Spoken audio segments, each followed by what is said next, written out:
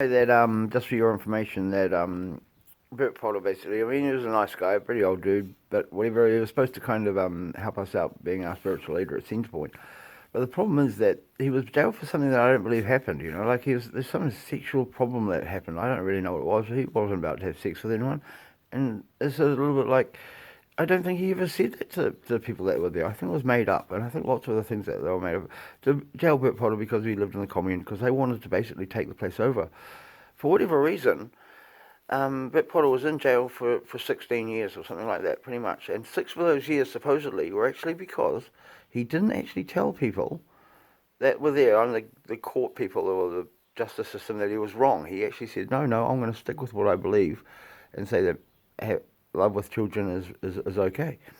And he went to jail. He stayed in jail for an extra 6 years because every time he had like an appointment with them to see whether he had kind of reformed or something, he hadn't. They'd just basically put him back in jail and say, sorry, he's still saying that it's okay. And he would say, yeah, I know, I'm still saying it's okay.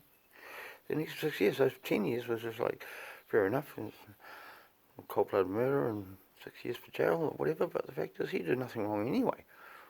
In fact, there's a little hearsay and stuff like that, I'm pretty sure of it. I mean, I was living there. I lived there the entire time, and I didn't have any problem with that. Not with when you were staying there, and no one did. In fact, he was just being a good old nice guy, teaching people lessons that they should know. In fact, this is really kind of silly how it works when they do that. Justice sometimes. You know, these days you're actually getting a $400 fine and about 6 months period of detention for doing that, for actually doing the kid. And the fact is, even if there's it's called was I don't know, we're talking about it, but the fact is there's actually well, anyway, your guidance counsellor can get you the morning after pill without so you don't have to tell your parents. That's called what's the I say literature, but the fact is there's a word for it. Not just mental health drugs, you know.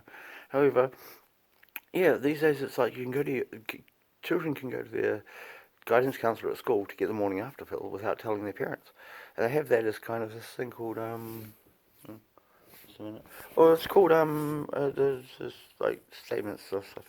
Just a minute. I've got to redo this. Never mind.